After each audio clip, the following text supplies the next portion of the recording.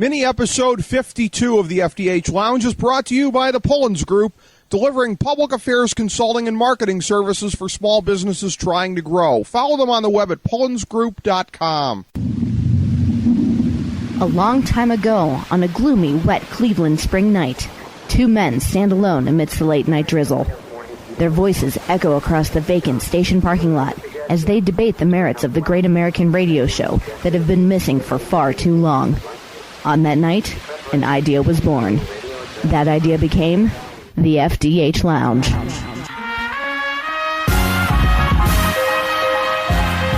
Welcome to the FDH Lounge. Okay, Rick Morris, Kyle Ross, your FDH Lounge dignitaries here tonight talking NCAA bowls. We're going to get all you folks out there ready for your NCAA bowl pools there and tell you where you need to be going on this stuff, but we'll take a little bit of a macro level. I don't think we're not going to drill too long or hard on any one of these bowls just because there's dozens and dozens and dozens of them. But 35 to be exact. Yeah, exactly. And this year for the first time ever, the chance to have both teams in a bowl with losing records afterwards. We'll be talking about that. Every year they get closer and closer. Our Nate Noy every year is always looking at that, at how close they cut it on bowl-eligible teams, and the way that they keep expanding on bowls here. One of these years, they're really there were two teams that, didn't fit that criterion, that didn't make it. I can't remember. I think Western Kentucky was one. I can't remember who the other one was. Well, the funniest thing of all was last year when Temple didn't make it at 8-4, and they had beaten UConn, who was in a BCS bowl. That was just one of the greatest things ever. Yeah, well, that works. First of all, a couple macro things. Yes. Can we once again give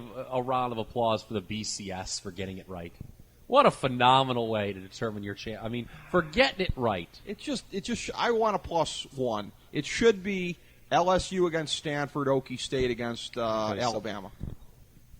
Yeah. The SEC is clearly the best conference in America. Okay, I don't care if they don't. I don't care if they've never been hit like that before. Okay, they are. It's just funny to hear you say it in that tone of voice. They are, and people say you cannot. The way it's determined. Okay, the BCS got it right. The top two teams are playing for the national championship. Kyle, but there are people that'll tell you around these parts that they play flag football in the Sun Belt. You ain't never been hit like that before. Yeah, I know that. Yes, but you can't. Alabama was the only. Oregon, who I think is the third best team, lost by 13 on a neutral field. LSU, Alabama lost by 3 at home in a game that went to overtime. Oregon, I could kind of see. I think Oregon should be. They should be in a +1. Not Stanford. Oregon drubbed Stanford in Palo Alto. Oregon, part of it too. You look at what they did to Stanford. My argument on what happened to them against LSU, they were not the same team late in the season as they were when they got drubbed by LSU. True, but so I could understand. But other than that, I'm sorry. Look, I know there were some extenuating circumstances. Oklahoma State lost to Iowa State. Iowa State's all right.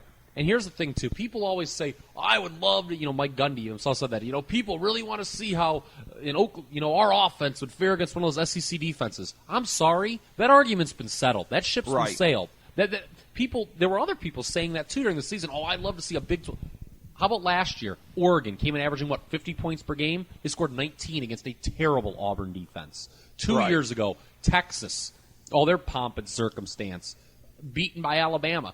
3 years ago, Oklahoma, which was averaging 50 points per game, did nothing against Florida. I'm sorry. To me, they got the two best teams are playing for the national championship. Well, not only that, I think we can agree on this, and this goes out to Mike Gundy. This goes out to T. Boone, Wind, corporate welfare, Pickens, and the rest of them there. Why did they win Bedlam, Kyle Ross? They won Bedlam because of the stakes. If they were undefeated, they would have lost to Oklahoma. They would have choked. Yeah. They would have choked against Oklahoma like they always. I love Oklahoma State, by the way. It was a nice 20-star primetime bailout. Nice. Love that play. Vegas experts, baby. Yes. But Oklahoma, first of all, what a gag team they are. Bob Stoops stinks. Yeah. But here's the thing, though. You talk about the word. That was. Losing to Texas Tech disqualified them anyway. He's beaten Oklahoma State in the past when Oklahoma State's been better. It hasn't been too many times. Really, I thought this was the best Oklahoma State team they had since Barry Sanders. No, it is. A team that, by the way, played in the December. It is, but I'm saying the same as what I said about LeBron. It's true about him until he proves it otherwise. Oklahoma State's had better teams and still gagged to Oklahoma. It hasn't happened that often. Usually Oklahoma's better. But Oklahoma State always gags against Oklahoma when it counts. You think they played smaller. well because right. the pressure was off? If they basically, yeah. I mean, well, it's kind of for like a BCS bowl. It's a lot of money for your boy T. Boone. But, I mean, I go back to something that the great comedian and satirist P.J. O'Rourke said years ago. Why don't old people drive fast? Because they have the dignity not to gamble with small stakes. Yeah. And in this case, the stakes were smaller for Oklahoma State than they would have been otherwise. True. Yeah. But the bottom line is the BCS got it right. Again. Within the confines, I still want a +1, but I'll give you that there. The two best teams are playing, and I'll give you that. But let's start at the other end of the spectrum, shall we? Yeah. And I want to do this first, because a lot of people, first of all, everyone always talks, all these bowl games, and people laugh at the sponsors. Let me tell you something. There's two kinds of people that love 35 bowl games. Okay, sponsors and bettors. Okay, let me tell you something. My industry, please keep the thing away. We love 35 bowl games over 23 days. Right. Okay, we love the way it is because there's a lot more. People are more inclined when there's just one or two games. People go, I'll bet this game. Even though I don't know anything about either of these teams, right. I'll bet this game. And that's what hopefully this podcast is going to do. I'm going to kind of help you out with some of these games. Now, in full disclosure, I hate the bowl matchups this year. They paired so many teams that two teams that I kind of like that I would love to play this time of year. Right. Or there's a lot of situations where it's two teams that I don't like and would want nothing to do with this time of year against one another. So seems a little more challenging at first blush than in previous years, but I'll say this. You have to, if you're going to bet on the bowls or if you're going to do stuff like bowl, not even necessarily bet money, but if you're going to do stuff like Bowl Mania or make your picks or whatever, be in any kind of pool, you do need to divide the bowls into two segments. And it's real easy. December and January. Right. The key is, and you're a smart man, you understand this, is motivation. Right. The January bowl games, it doesn't matter who's playing in them. And I know there are some exceptions towards the end that why have these games not been played in mid-December? Right. We kind of like, I think like Arkansas State's playing the night before the national championship. Why? That's not a big bowl game. But whatever. Teams treat the January bowl games as a reward. I mean, there have been some exceptions. Alabama, when they lost to Utah that one year under Nick Saban, they did not treat that like a reward. Right. But for the most part, teams are happy to be there. You're going to get a good effort from them. Right. That is not the case in December always. There are teams, baby, that phone these things in long distance. There are teams that have had disappointing seasons. Right. They don't care. Right. They're there for a vacation. Yep. And quite frankly, it's pin me, pay me, baby. Okay? Yeah. All right? Okay? Okay, Al. Yes. So, I mean, you saw that last year. Here's a perfect example last year. Yeah. The biggest favorite of last bowl season was Nebraska. They played Washington. I want to say it was the Holiday Bowl. Okay. Matter of fact, I'm positive it was. They were about a 17-point favorite, for good reason. They destroyed Washington in the regular season when they played. Right. They were not up for that game. They lost that game outright. Yeah. So those are the kind of things you have to look for. Does this team care to be? I always look for a couple things in these December bowl games. Right. Okay, these are the things you need to look for. Has a team not been to a bowl in a while? Those teams try really hard. Right. Okay, those teams give you great effort, especially as an underdog. I like those teams. Right. Particularly if their opponent is kind of had a disappointing year, probably not too excited about the bowl. Another thing that I look for is on the other end of the spectrum, did the team just not meet expectations? There's a couple situations like this. We talked about Nebraska last year. Oklahoma this year, they kind of got jobbed. They're not in a very good bowl game. They're playing a December bowl game. So those are things you have to look for. And also, where's the game at?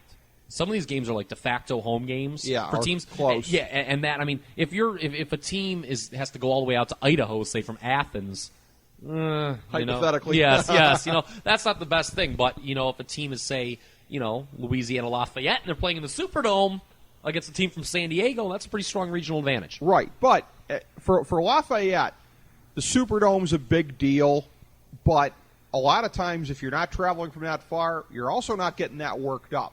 Just like, big friggin' deal. We live 40 miles down the road from that place. It's not a trip, True, but that can work too because you treat it more like a game than a vacation. So that's true. I mean, if you want to go through these, let's go through these. We'll just blow through these ones here. First one, New Mexico Bowl, Wyoming.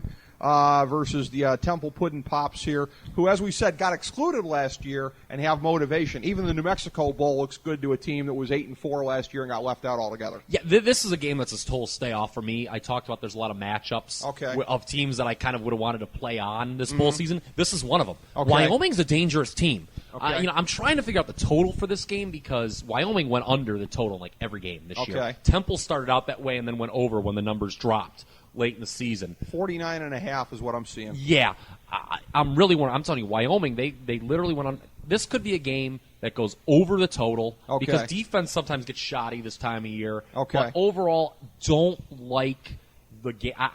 I'll give a slight lean to Temple to win this game, but I would not recommend laying the 7 with Temple. But if we're talking straight up, Temple will probably win. Wyoming did pull a big outright win in this bowl, I believe, 2 years ago. Something that hits home for both of us here, the famous Idaho Potato Bowl, our alma mater, the Fighting Bobcats of Ohio at 9-4 versus 7-5 Utah State. Don't like this game either at all. I'll tell you why.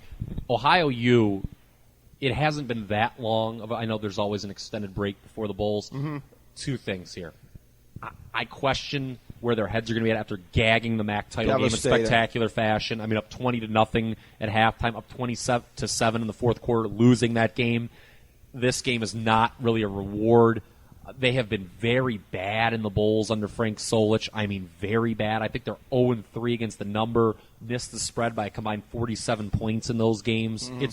It's not been a good bowls, experience under Frank Solich. And Utah State is one of those teams that you're either going to get a great game or a hideous game. They put up 63 on Wyoming earlier in the year, but they've got some really bad losses too. They finished strong with the 5 straight wins, but earlier in the year, they had some really just bad losses that you don't know what you're going to get. So I would recommend passing on this game. I will give a slight lean to Ohio U, though. A slight lean to Ohio U to win. And I give a big one for purely unbiased reasons. The New Orleans Bowl, played coincidentally in New Orleans. 8-4 Louisiana Lafayette versus 8-4 San Diego State.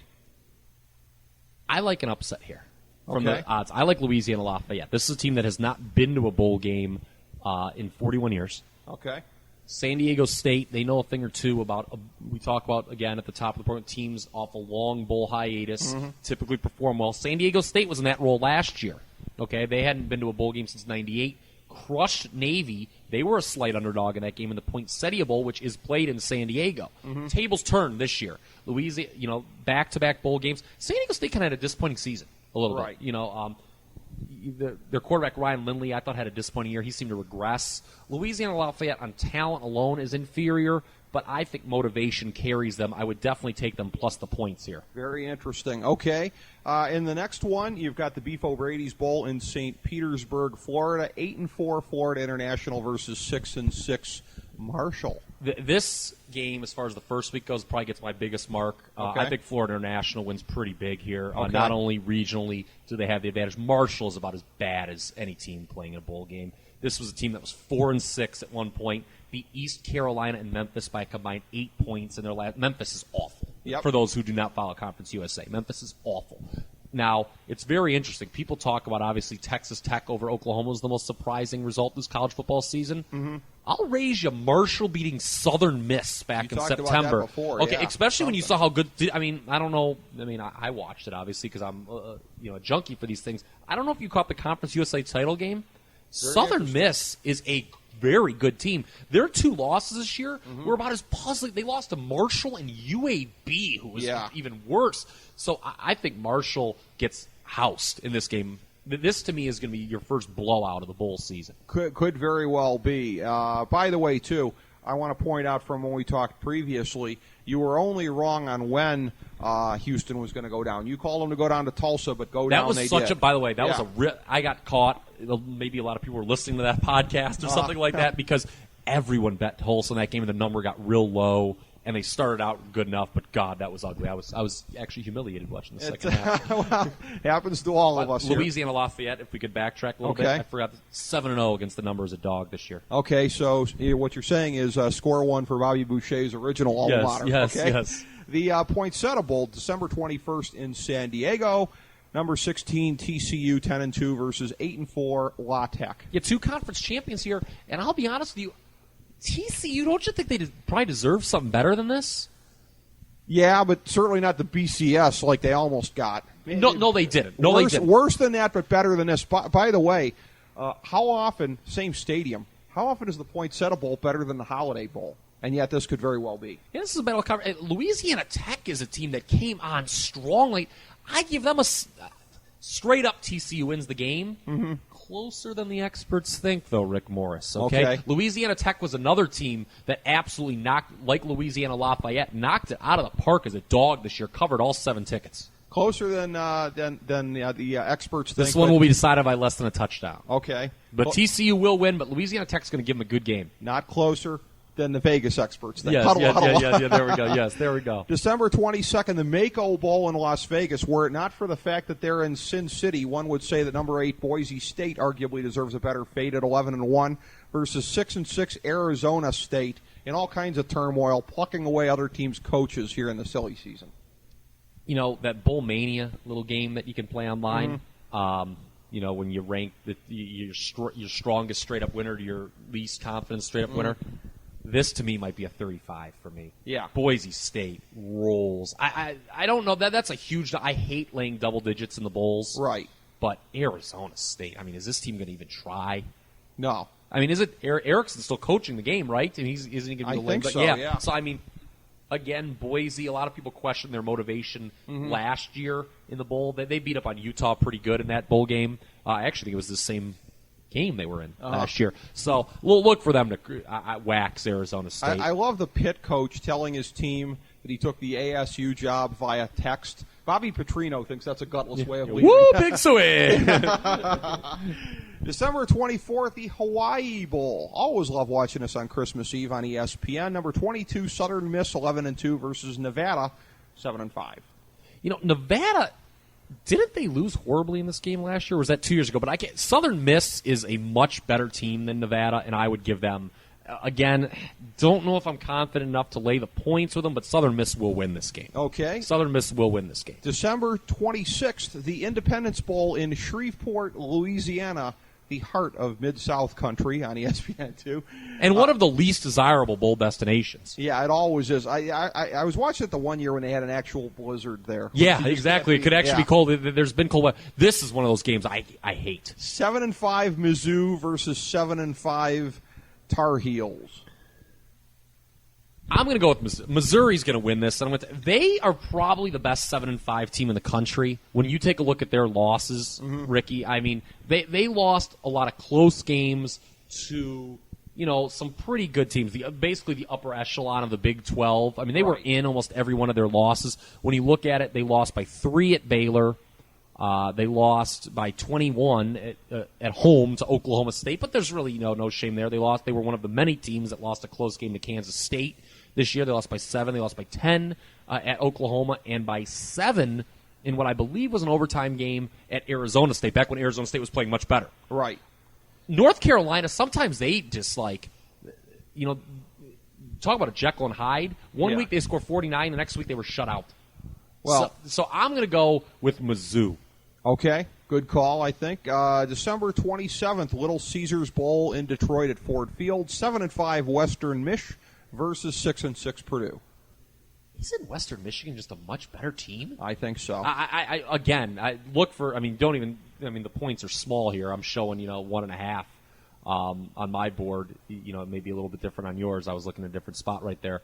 But Western Michigan's just a better team. 2.5. You can. Yep. Grab the 2.5 if you need to. But I'm telling you what, they're going to win the game straight up. Yep. Oh, again, regional advantage being played within their home state boundaries. So. That's true. It's always good when the MAC team can play a Big Ten team. It's kind of a big brother little brother syndrome. Exactly. I like Western Michigan there. So what you're saying is take the money line, yo. Yes. I really think that I really like Western Michigan. Okay, December 27th, the Belk Bowl in Charlotte, whatever that is. The artist formerly known as the Meineke Car Care Bowl, I believe. I was trying to figure it out too because I didn't remember the Belk Bowl. Yeah, exactly. 7-5 Louisville. Shout out to friend of the show, Bedford Crenshaw, versus 7-5 NC State. Slightly to Louisville. Louisville, again, another team hit it out. It's not a big number. Hit it out of the park as a dog this year. 6-0 as an underdog during the regular season. Also 13-2 against the ACC, by the way. A bird in my ear just whispered. So let's give a slightly to Louisville. NC State was a team that kind of came on strong a little bit late. Probably should have won their last 4. Their one loss was at BC. A team they probably should have beaten. It was on the road, their only road game during that stretch. But, they had some stinkers. They looked really bad against Florida State, getting shut out. And then the other end, they had some great games when they killed. I don't know if you saw when they played Clemson. It was like, was this the same Clemson team that was once on the? Right. They waxed them. So, but I say Louisville. It'll be interesting to see. Louisville's a team that wins lower scoring affairs typically. NC State, if the game gets into the 30s, maybe even the 40s, which I don't think will happen. It'll probably be more to their advantage. Okay, on December 28th from Washington, D.C., it's the Obama Hates the Military. I'm sorry, that's the Military Bowl. Now, wait just a minute here. I was waiting for that one. Now, wait just a minute here. 7-5 Air Force versus 8-4 Toledo. Go over. Okay. If you like just a lot of points, a bowl game where there's no defense whatsoever. Okay. Put this one on. Okay. This is a game. It's slightly. I'd say if you're Toledo probably wins the game straight up. Okay. Another one for the MAC, I guess. But Air Force was kind of a really interesting case study too this year. I watched them. Win some good games. They had some just awful losses too. They made Notre Dame look like world beaters the week after they beat Navy, and then they kind of stunk it up. They lost to Wyoming. They lost to San Diego State by a couple touchdowns in a game they were favored. But they really weren't, and they finished the year, beating up some the real dregs of the draw on the Mountain West, so to speak. Right. But Toledo, this is a good team. Their only loss the last 8 games of the season was that 63-60 Tuesday game to Northern Illinois. This is a team that easily could have ended the year on an 8-game winning streak. I think give Toledo the win, but look for a lot of points. Okay. Total, by the way, very high, 70.5. That's usually it's like the old better syndrome. When you have a real high total in bowl season, like in the high 60s or above, you want to go over those because they're daring you to go over, and they typically do. Okay. So some of these games, the defenses don't come to play. Now you mentioned a lot of offense. That is something we all have memories in our mind here. This next bowl, a solid upper mid-card heritage over a period of time here. The Holiday Bowl in San Diego, 7-5 California versus 7-5 Texas. You talked before about the danger of teams that don't want to be there. I believe Texas in this very bowl previously has phoned it in before. I'm not saying they're going to phone it in this one, except you will see Mac Brown on the sidelines in pajama pants. Yeah. Here's the thing, though. The Pac-12, formerly the Pac-10, they were known before they had better bowl tie-ins. They were known. It was the second-place team always went to this bowl, and it was never treated as a reward, and they always stunk it up. Right. Because they would always play like kind of a mid-card Big 12 team. Yep. I don't like Cal, but I don't like Texas. I'm going to go Texas, but don't lay the trap. Don't lay the points. This is one of those games where I wouldn't want to play either team because you're right. Texas will not. It's Texas. I know they didn't make a bowl last year. This is not a reward for a program like that. But I just despise Cal. Texas, you will see they will have players on the sidelines not holding up towels that say "Hi, Mom." They'll be holding up towels that say "We are here under protest." Yeah. So that's a tough one to call. Here's one, and this is funny. You always get a bowl that tries to reel in the marks with heritage. We saw it last year with the Sun Bowl, Miami and Notre Dame. Oh, old school Catholics versus convicts. Well, I watched that game and wagered on it and won very easily. Good for you, then. Good for you. This year's Marks Special Bowl is the Champ Sport Bowl in Orlando on ESPN. Number 25, Florida State versus also at 8-4 Notre Dame. That's a whole thing there to try to reel people in. And what's wrong with that? Who would you rather have in there? Let's run some promo packages about 1993 all over again. Maybe we can get Charlie Ward to do the coin flip. Well, why wouldn't you do something like that? It's just hilarious to me, the cynicism of it. It just really is. Yeah, I think you're the one who's being cynical. Being cynical. Yes, I like this bowl game. Now, unfortunately, I'm not sure who's going to win. No, Florida State had that awful run where they lost 3 in a row. They're awful. Our Nate Noy's been dogging me all year for thinking that they could beat Oklahoma. They came pretty close. Yeah. Now, Oklahoma was a little overrated turnout. But I'll tell you what. Their 4 losses were by a combined 21 points. Yeah. Notre Dame is a team that just shoots itself. I cannot. I would never recommend laying points with them as a favorite. Now, they're the slight dog here.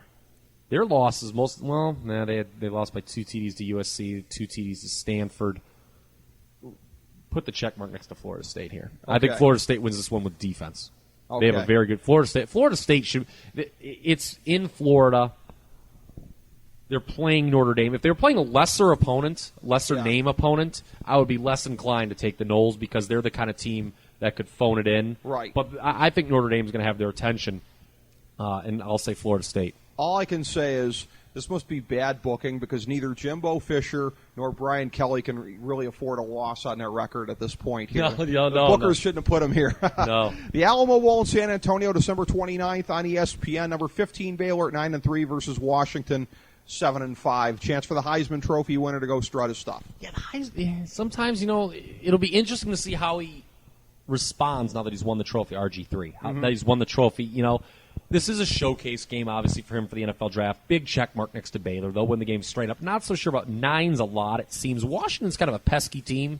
They did get annihilated by Stanford during the regular season. Very high total. This is the highest total of bowl season at 78.5. Right. But when you look at some of Baylor's final scores down the stretch, my goodness, 72. When they played Texas Tech, it was 108 for crying out loud. That seems like a pretty high number, but definitely checkmark next to Baylor. They'll win this game. Played again in their home state. Yeah. And Baylor, they were one of my worst losers last year in the bowls that I played because they were making their return off a long bowl hiatus. I think it was 94 was the last time they made a bowl before last year. They looked awful against Illinois. Yep. I mean, they made Ron Zook like a good coach for crying out loud. I think here, a Washington team that kind of, pulled a big bowl upset last year. Not this year, no. Okay. December 30th in Dallas, Texas, the Armed Forces Bowl, 9-3 BYU versus 8-4 Tulsa. It's really interesting because BYU has that awful loss to Utah on its resume, and when that happened, everyone's like, "Okay, it's gonna be a down year for Bronco Mendenhall." You're gonna say Bronco Lubitsch. Yeah, right city. But their other 2 losses besides that were by one in Austin to Texas and a game against TCU where they outgained the Horned Frogs. This is a good bowl game. It is. This is a good bowl, off-the-radar bowl game. Tulsa, you want to know who their 4 losses were to? You talk about a brutal non-conference. We went over this, I think, last time I was on the show. Oklahoma State, Boise State was their non-conference loss. And Houston in conference. And then Houston in conference. Now, they did lose all those games pretty badly. Yeah. Okay, they did lose all those games pretty badly. So they're going to get bounced by a real good team, but BYU's not on that level. Yeah, BYU's not on that level, but you know what? BYU's not that much. Slight check to BYU. Really? Okay. Slight check to BYU. All right. See, Tulsa really and part of that's spite. Tulsa really disappointed me against Houston. Okay. So, the slight check mark to BYU. BYU. All right. Not a very confident pick. I'm hoping selfishly that that's not going to augur how Mitt Romney does in the Republican primaries. December 30th in New York, the Pinstripe Bowl on ESPN. 8-4 Rutgers v. 6-6 Iowa State. Small check to Rutgers here. Do not like either of these teams. Iowa State obviously has the big win over Oklahoma State on its resume. Also beat Iowa. Yeah. Well, who doesn't beat Kirk Ferentz these days? And I think that might cause, you may want to wait. It'll be interesting to see which way the line moves here. Okay. Because people are going to say, Iowa State beat Oklahoma State. Who's Rutgers? This game's being played again. Rutgers with a regional advantage. Will Iowa State really take being a trip to New York this time of year as any kind of reward? They've already kind of won their bowl game, won a Friday night home game against Oklahoma State. Right. Small check to Rutgers. Okay. December 30th, the Music City Bowl in Nashville. 6-6 Wake Forest versus 6-6 Mississippi State. Woohoo, Jim Grobe. Yes. And Jimmy Grobe is a dangerous underdog. Now, I know they did not end the season well. No. It was an atrocious home loss, 41-7 to Vandy. Mm-hmm. That can't happen. You can't lose senior night, 41-7 to Vandy. Right. Mississippi State it was a very disappointing year in Starkville. Dan Mullen team did not live up to expectations. This was a team most had in the top 25, and they lost all their big games. They ended on a very high note. They crushed rival Ole Miss in the Egg Bowl. This is interesting because straight up, Mississippi State's laying 6.5. Definitely like the points with Wake Forest here. Okay. Definitely like the points with Wake Forest here. Mississippi State they don't score enough to cover that kind of spread. I think they've got enough horses, though they'll pull the game straight up, but closer than the experts think. And this just shows you, by the way that the world moves so quickly these days. If somebody would have told you back in September that Dan Mullen would end up big-timing the Penn State job, you would have thought they'd have gone 12-0. Yeah, really. All right, December 30th, the Insight Bowl in Tempe, Arizona. Number 19, Oklahoma at 9-3 versus 7-5, Iowa. Call it the Underachievement Bowl. Yeah, I definitely like Iowa with the points in this game. That's way too many points to be laying in a bowl game, especially with an Oklahoma team still without Ryan Broyles, poorly coached on a consistent basis. And you just got to wonder, an Oklahoma team that was predicted by many to be playing for a BCS national championship back in August, do they care about this at all? Yep. It's going to be really... Now, sometimes there are exceptions to that rule, okay? I'm kind of like, kind of playing to the rule in almost every case. Right. I mean, they could come out and just crush them. I mean, they could just have a good week of the like, you know what? It's been a block. Let's just beat the hell out of somebody.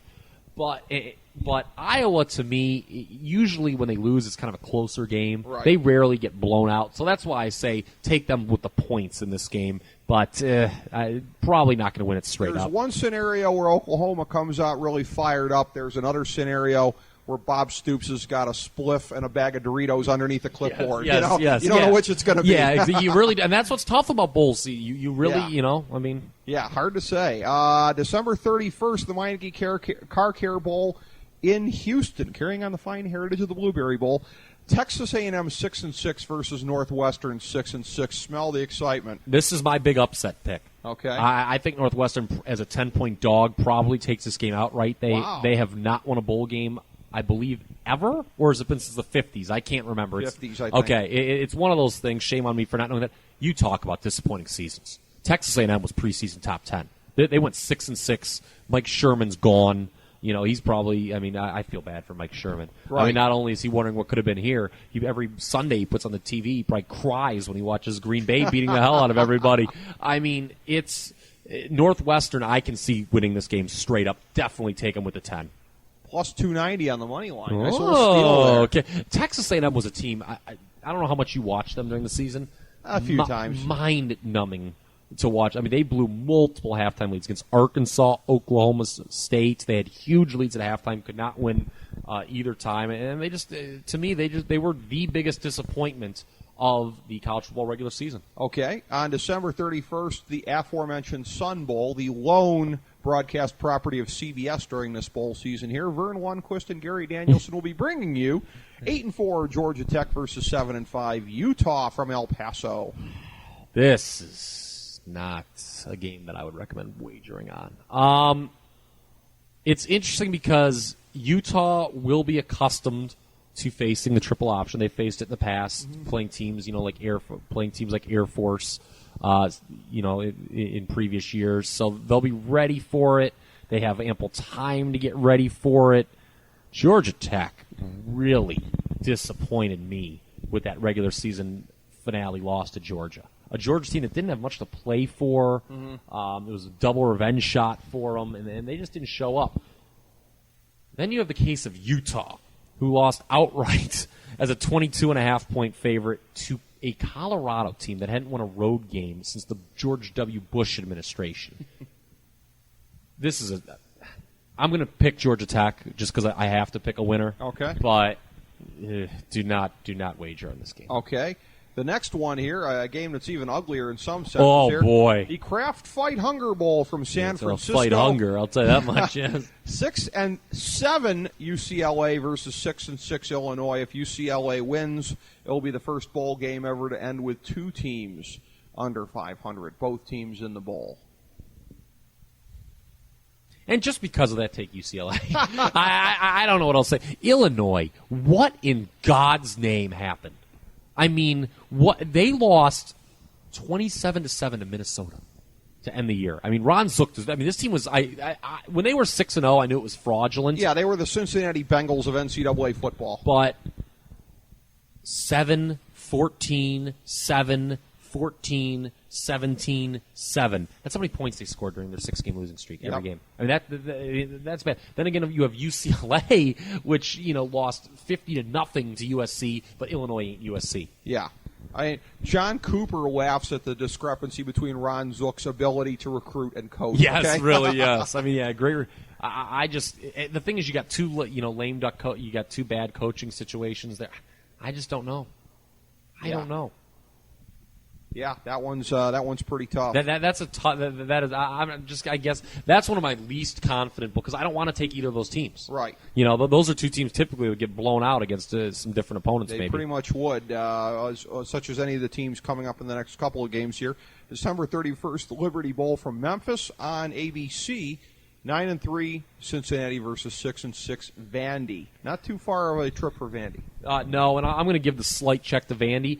This shows you the power of the SEC. 6-6 team favored over a 9-3 team. Yeah.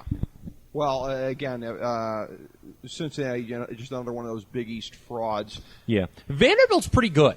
They're stuck in the wrong conference. Obviously, with their academic requirements, they're never going to win in the SEC.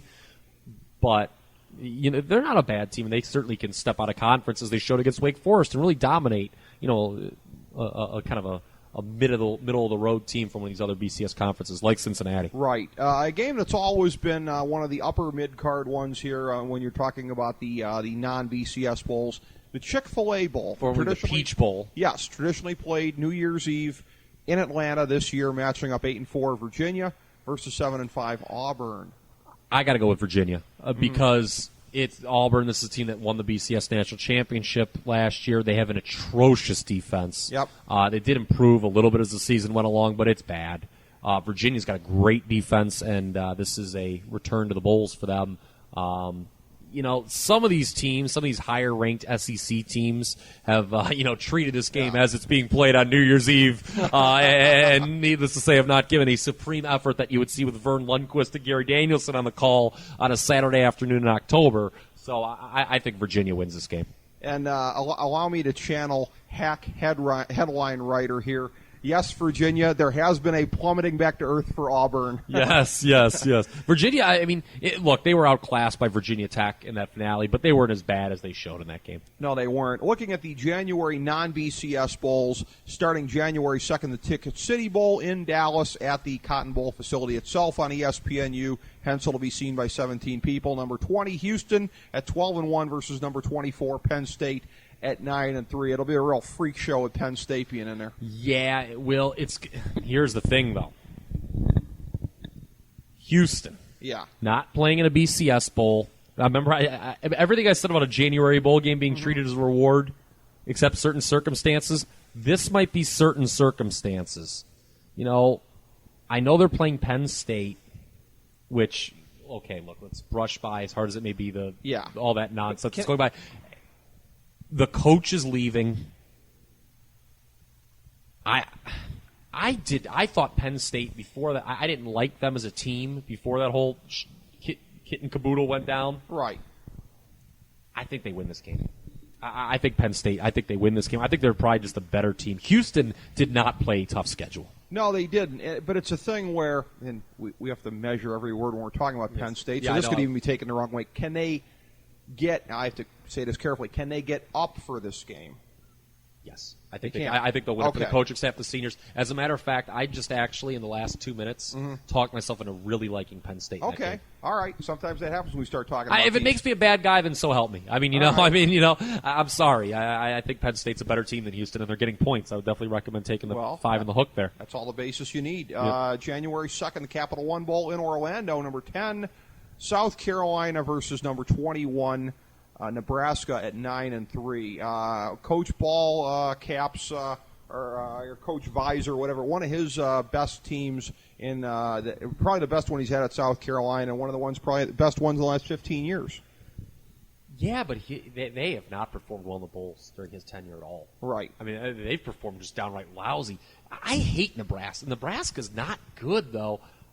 I think that South Carolina, it's amazing they were as good as they were because, they dismissed the quarterback from the team, Steven Garcia. Marcus Lattimore went down halfway through the campaign. So it's amazing they still finished 10-2. They probably should have been playing in the SEC championship had they not lost kind of a head scratcher to Auburn. Yeah.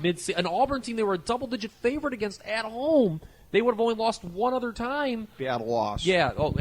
So give it to South Kakalaki here. I think SEC, by the way, Nebraska. Give it an SEC check over the Big Ten. By the way, no New Year's Day Bowl because the NFL, all these games we play January 2nd. Real good couple weekends in my business. That's true, yeah. January 2nd, the Gator Bowl on ESPN2 from Jacksonville. Talk about cynical marketing. It's the Urban Meyer Bowl. How do you not like this? 6-6 Ohio State versus 6-6 Florida. How do you not like this? Well, especially as an Ohio State fan, you couldn't have booked a better bowl game than what this. I don't like is that the ESPN announcers won't be allowed to talk about what's on the field. They'll only be allowed to talk about Urban Meyer for 3 hours. Well, who wants to talk about something? There's a couple 6-6 teams. Kidding me? Your boy Luke Fickell? Okay. By the way, how about this? Yeah. How about the Ohio State, by the way, allowed to have – there's a lot of fan bases that have reasons to complain. Yeah. Let me tell you one of them that doesn't. Ohio State. You got a better coach out of this whole situation. Yeah, they did. And people say, oh, what if you only last a couple years because helpful? What if he wins you a championship in that window? Right. I like Ohio State here, by the way. You have to. The new coach, this just in, knows a lot about the opponent. Yep. And Will Muschamp's seen to lose his team down the stretch. By the way, did we miss the Michigan State-Georgia game? No, that's coming up next year. Good thinking. January by the way, 2nd. Big Ten over the SEC. Ohio State did beat an SEC team in the Bowls last year, Arkansas. Yeah, he ain't never been hit like that before. Yeah. January 2nd, the Outback Bowl in Tampa on ABC. Number 12, Michigan State versus number 18, Georgia. Yeah, this is traditionally, in my opinion, I think this is one of the, along with the Cotton Bowl, this is the best non-BCS bowl game every year because it's usually, your second or third best Big Ten team versus second or third best SEC team, depending on who gets the, BCS at-large spots. Last year, I made a ton of money taking the SEC against the Big Ten on New Year's Day. Okay. We've split so far, South Carolina over Nebraska, but then Ohio State over Florida. Give another check mark to the Big Ten. Really? I think Michigan State was embarrassed. Well, I know they were embarrassed in this bowl game last year by Alabama. Remember, a 3-loss Alabama team, a significant favorite over a 1-loss Michigan State team in this bowl beat them up 800-5. Right. Michigan State gets revenge. Georgia, look, when they were 0-2, I said they would run the table and go to the SEC championship game. Okay? They did. But they avoided LSU. They avoided Alabama. They avoided Arkansas during the regular season. Their record's a little fraudulent. Okay, they were not that competitive in any of their 3 losses. Michigan State is a good team. They will win this game. Okay, the aforementioned Cotton Bowl in Arlington, Texas, January 6th on Fox, 8 p.m. A game which I, as a traditionalist, feel should be part of the BCS, and under my +1 would be again part of the BCS. But anyways, number 7 Arkansas at 10-2 versus number 11 K-State at 10-2. You have to be very careful about this. Kansas State is a team that I don't know how they got to this bowl game. You can't bet against them as a dog. I say take the points, but Arkansas wins. Kansas State had 7 outright dog wins during the regular season. Okay. That doesn't happen every year, for frame of reference, okay? Right. You don't win. I mean, it was unbelievable. Almost all of they were an underdog in almost every game, I think. There were, they had the one bad loss to Oklahoma, but they were competitive with Oklahoma State, right? If memory serves me correct. Other than that, they were. They were an outright dog. Beat Miami. Outright dog. Beat Baylor. Beat Missouri. They were a dog at Texas Tech. Talk about a line the odds makers would have liked to have back now. Right. Beat Texas outright as a dog. Beat A&M outright as a dog. I think you got to take a generous helping of points with Bill Snyder, but Arkansas probably wins the game straight up. Okay. All right. So it's not a complete win for Bill Snyder and his hard butter then. Okay. On January 7th, the first of 2 games that I truly can't believe are being played in the month of January and don't deserve to be, but whatever. The BBVA Compass Bowl in Birmingham, Alabama on ESPN. 7-5 SMU versus 6-6 Pittsburgh. Again, here's boy.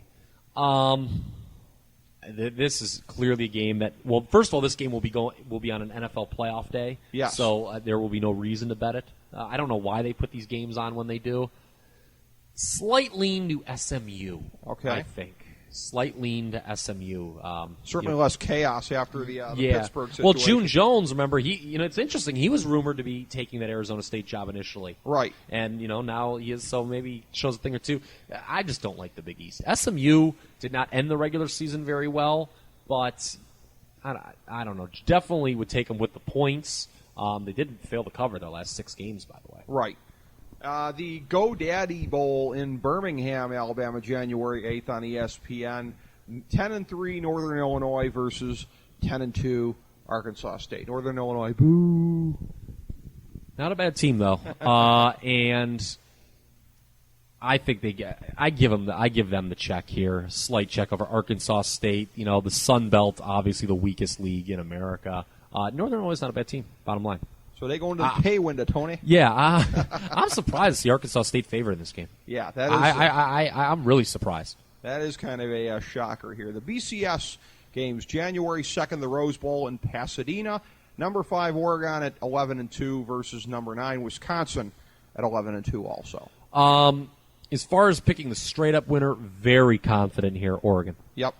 They have failed in 2 BCS bowl games under Chip Kelly thus far, losing to Ohio State in the Rose Bowl, and then last year to Auburn for the BCS National Championship. Wisconsin is look, both their losses came in very fluke fashion. Right. It's amazing. This is a good team. Now, they're going to be motivated because they lost to TCU in this game last year, but it's not. Oregon is a better team. Oregon's a better team. High total, by the way, 71.5. Could see this one going over. Could be. The Fiestada Bowl, January 2nd in Glendale, Arizona. Number 3 Oklahoma State at 11-1 versus number 4 Stanford at 11-1. A lot of people think, Andrew Luck is just going to carve up Oklahoma State, and I guess they're right. But I don't think Stanford's that good. If it wasn't for Andrew Luck, right, they wouldn't be anything. I mean, you talk about a team that's going to fall off a cliff next year. Right. Stanford. I mean, they're just. I mean, come on. He doesn't have the tools that, say, Matt Barkley did at USC. Right. Yeah, Andrew Luck. It would have been if you had swapped those two. Look, I think Barkley made some tremendous strides this year. If there was a playoff and they were eligible to be in it, I'm telling you right now, USC I think would give either LSU or Alabama the best shot. Really? They down the stretch, I thought they were tremendous. There's a lot of NFL talent on that team. Coach them up Lane, As a Tennessee guy, I'm not a big fan. Well, but that's too bad. Okay, how's your boy Derek Dooley doing right now? Okay, I never wanted. I washed myself with a rag on a stick. Yeah. This is I'll be honest. Initially, I loved Oklahoma State when this matchup was announced. I'm going to stick with them. They always say your initial thoughts right, so I'm going to stick with them. I just don't think Stanford's that good. They barely beat USC. They needed triple overtime to do it, and they got housed by Oregon. They did. They really did. That was ugly. January 3rd, the Sugar Bowl in New Orleans. Your number 13, 10-2 Michigan Wolverines versus the number 17 Virginia Tech Hokies at 11-2. A true sham that the Hokies made it here, just proving again the BCS all about the almighty dollar and fat Hokie fan travels, I guess. Well, who do you think should have gotten this berth over Virginia Tech? I would have given it to Boise. Yeah, I probably would have too. Yeah. Okay, but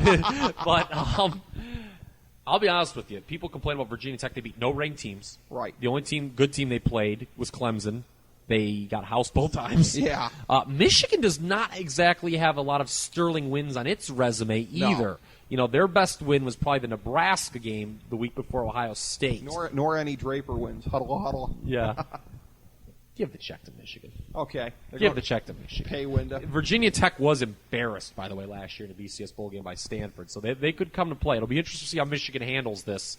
Having kind of been on the outside looking in for a couple of years. That's true. The last two, the Orange Bowl in Miami, traditionally the last couple of years, a pretty crappy bowl, completely unworthy of its history. Because the Big East. And yet it is the case again. Number 14, Clemson at 10-3 versus the Travis Sham mockery of this year's BCS group. Number 23, West Virginia at 9-3. I thought Virginia Tech was the Travis Shamockery or whatever you just said. Well, they both are.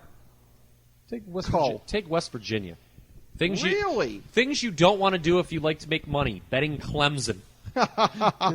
Let's go West Virginia. Yeah, that's true. Coach Cletus at Clemson or whatever his name is isn't going to like what you have to say. Dabo Sweeney? Yeah, exactly. Coach Cletus.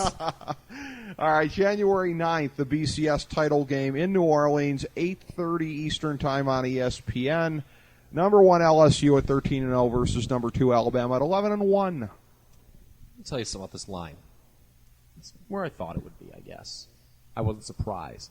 But it, to me, is either going to be... This, to me, is either the sucker line of the year or the easiest bet of the century. I'm going to go with the latter. I don't know. I'm scared. I'm going to say LSU now. But I'm going to get talked into Alabama. I know right before kickoff. There's a long time. It was. People forget that game went to overtime. Alabama missed 4 field goals in the game. I just think the controversy that would ensue if Alabama wins that would be quite gorgeous. But to me, what's the difference between that and a playoff then? I would agree. You win that game, and that's all that really matters. LSU. What am I missing here as far as how is the total of 39.5 not a huge sucker thing here? I feel like they're baiting us with a number that's like way too obvious. Well, I have the under in the first of all. Yeah. Casual college football fan is a knob. Okay, right? Oh, it's 9-6 game. Like, what did you expect? These two teams give up like 7 points a game. I know. Okay, I have the under in the first matchup. Right. And I'm with you. These lines are curious. I'm worried about both these lines. They're sticking cheese in the mousetrap here. Why would you not bet LSU in the under? Yeah. In this game, well, I mean, or at least the under. To me, and I'm not. I don't play a lot of sides because that to me takes a greater skill level than I care to commit to betting. So I'm casual better. As casual better, this line. The last two now it's interesting. Yeah. The last two BCS, last 3. Yeah. BCS title games have had huge over-unders, if you remember. Right. Well, last year we thought it was going to be 100-99, you know. I had the under. Okay. I had the under. And Florida, Oklahoma, if you remember, that was another game that the under that was 3 years ago. That under cashed by about 4 touchdowns or so. 2 years ago, I can't remember if the Texas-Alabama game went under. I think that game did go over late because Garrett Gilbert scored some of those garbage time touchdowns for Texas. Maybe. Okay. But I don't know. Something's wrong. You're right with these lines. Yeah. It's one of those games that you're either at the end of the game you're going to be pounding your chest, how smart am I? Right. Or how dumb am I? Right. Let's go with LSU. LSU. All right. LSU and under. And under. You're saying under. Okay. Yes. All right. Well, there's our rundown through the college bowl season. Take all of these to the bank, as always. Kyle, and, of course, VegasExperts.com. We can always settle on your fine advice from there. Yeah, so when I change my mind 2 weeks from now, remember, take those picks. Absolutely.